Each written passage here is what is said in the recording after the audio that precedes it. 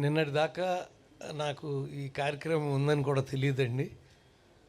మా బావగారు చిరంజీవి గారు నిన్న ఫోన్ చేసి తెలిసి ఇమ్మీడియట్గా మీరు రావాలండి. అయ్యో మీరు అన్నాక తప్పనిసరిగా వస్తారండి. నాకు ఈ ప్రపంచంలో నేను దైవంగా ఆరాధించే వ్యక్తి మహానటి సావిత్రి గారు.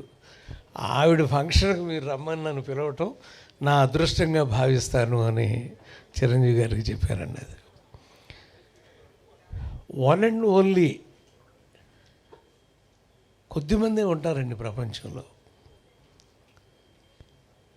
అతి చిన్న వయసులో పెద్దవాళ్ళ మాట వినకుండానే ఇండస్ట్రీకి వచ్చిన సాహసం, కనీసం తల్లి ముందు ఒప్పుకోలేదు, తర్వాత ఒప్పుకున్నారని చెప్పారు. అంటే ఆవిడ నమ్మకం. 1950లో ఆవిడ 35లో పుట్టి 50లో సినిమాలు ఉన్నారంటే 15 ఏళ్ళ చిన్నపిల్లలు మనకు ఎవరు కనపట్లేదు అసలు అక్కడ ఎదురుగా.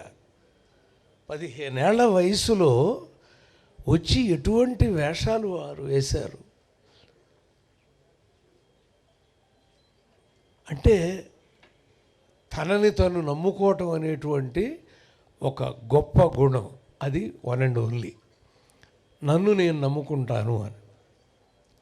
ఎవరైనా సరే ఈ ఇండస్ట్రీకి వచ్చేవాళ్ళు మిమ్మల్ని మీరు ముందు నమ్ముకుంటే రావాలి అని నేను అప్పుడప్పుడు చెప్తూ ఉంటాను పరుచూరు పలుకుల్లో.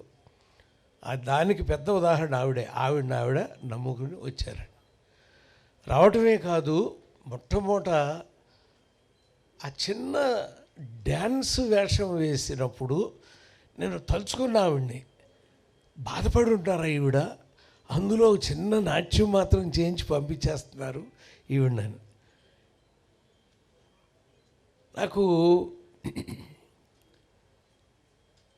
మా అన్నయ్య ఒకసారి సారథి స్టూడియోకి పాపం వేషం కోసం వెళ్ళి ఆ వేషం రాలా ఆయనకి. అప్పుడు మీ ఇద్దరు మాట్లాడుకున్నప్పుడు చెప్పాడు, అలా వెనక్కి తిరిగి ఓ మాట అన్నాను రా, వస్తా మళ్ళీ ఇక్కడికే వస్తా అని అనుకున్నాను రా అన్నాడు. 358 సినిమాలు రాసే రచయితగా ఆయన ఎంటర్ అయ్యాడండి. బహుశా సావిత్రి గారు కూడా అలాగే వెనక్కి తిరిగి వస్తా అని అనుకుని ఉండి ఉంటారు. One and only. అంటే ఆ సంకల్ప బలం అనేది చాలా తక్కువ మందికి మాత్రం ఉంటుందండి. నెక్స్ట్ ఎస్వి రంగారావు గారిలాగా ఆవిడ నటించేయటం ఏంటంటే అసలు మధ్యలో వారి వాయిస్తో నటిస్తారు, నటించేసేసి అని మళ్ళీ ఏదో వాయిస్ చేంజ్ చేసుకున్నట్టుగా. ఏంటండి అది? చూస్తాను రంగారావు గారిని ఆవిడ అని అనిపిస్తుందండి.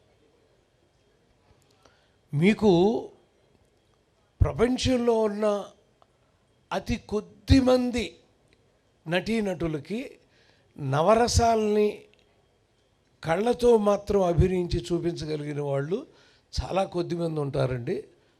అందులో మహానటి సావిత్రి గారు అయితే ఆవిడ ఏమి ఎక్స్ప్రెషన్ ఇస్తుందో, మురళీమోహన్ గారు వ్యాసం చదివాను నేను. ఆవిడ అలా వెళ్ళి ఒక నిమిషం ఆగి వెళ్ళిపోయారు, నాకేం అర్థం కాలేదు. ఆ తర్వాత చూసినప్పుడు అయోమయం, అమ్మ ఇదా ఆవిడ చేసింది అని. అంటే ఆ చిన్న ఎక్స్ప్రెషను అనేది ఆవిడకే చెల్లండి. అంటే వన్ అండ్ ఓన్లీ సావిత్రి గారికి మాత్రమే చెల్లుతుంది. తను ఏమి ఎక్స్ప్రెషన్ ఇస్తున్నారు అనేటువంటిది ఆవిడకే చెల్లుతుందండి. అలా ఒక అద్భుతమైనటువంటి నర్తనశాల. కీచకుడు వెంటబడినప్పుడు కానీ ఆ ఎస్వి రంగారావు గారితోనే అది కూడా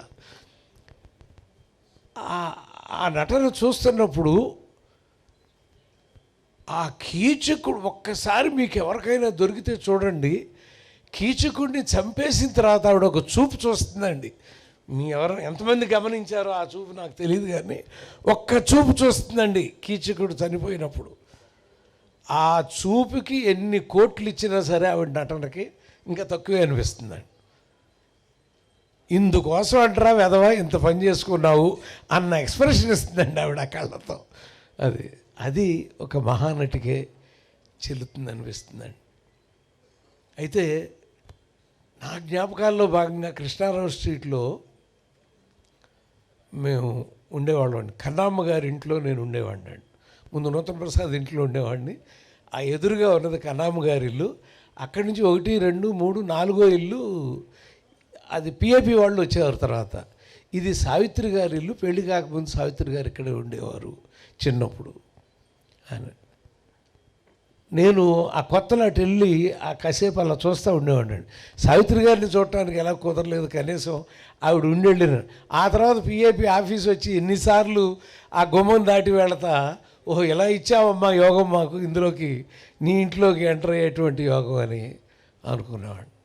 అలా ఆవిడ ఉన్న ఇల్లు చూడటం, ఇప్పుడు వారున్న ఇల్లునే అందరూ చూస్తున్నాం మనం, ఇన్స్టాగ్రామ్లో వాటిలో కనపడుతున్నాయమ్మా, మీరు పెట్టినవి అన్నీ కూడా మాకు కనపడుతున్నాయి, అవన్నీ తెలుస్తున్నాయి. అప్పుడు తెలియదు కదా, అదొక ఆశ, వెళ్ళాలి చూడాలి అని. అయితే నేను ఇండస్ట్రీకి వచ్చినప్పుడు పిసి రెడ్డి గారిని బతిమాలా, సార్ నా జీవితంలో ఒక్కసారి ఆవిడ్ని కలవాలి అని నా కోరికండి, అది కావాలంటే నేను వారి ఇంటికి వెళ్ళైనా చూసి వస్తాను అని. సారీ గోపాలకృష్ణ, వారు హాస్పిటల్లో ఉన్నారు అని చెప్పారు. ఆ 16 నెలలప్పుడు అడిగాను నేను. 16 నెలలే ఉన్నారుగా మా హాస్పిటల్, 19 నెలల 19 months ఉన్నప్పుడు ఆ ముందు నేను అడిగే వెళ్ళి చూడాలి అని. అంటే చూసే అదృష్టం లేదు, కానీ ఆవిడ వెళ్ళిపోయారు. భౌతికంగా సావిత్రి గారు వెళ్ళిపోయారు, కానీ వెండి తెరని ప్రేమించే కోటాను కోట్ల మంది ప్రజలు, ఇప్పుడు మీ అందరి సాక్షిగా ఎన్ని కోట్ల మంది చూస్తారో నాకు తెలుసు ఈ కార్యక్రమాన్ని, అందరి సాక్షిగా సావిత్రి గారు సజీవంగానే ఉన్నారు. ప్రతి నటీమణి యొక్క హృదయంలో ఆవిడ ఉంటారు, మనం నిత్యం ఆశీర్వదిస్తూనే ఉంటారని నమ్మే వాళ్ళలో నేను ఒకడిని అని తెలియజేస్తూ, అమ్మ సావిత్రమ్మ, నిన్ను చూడలేని బాధ నేను తీసుకుంటాను. చాముండేశ్వరి గారిని చూసుకుని, నీ బిడ్డను చూసుకుని, తనలో నేను చూసుకుంటున్నానని తెలియజేస్తూ సెలవు తీసుకుంటున్నాను. నమస్కారం.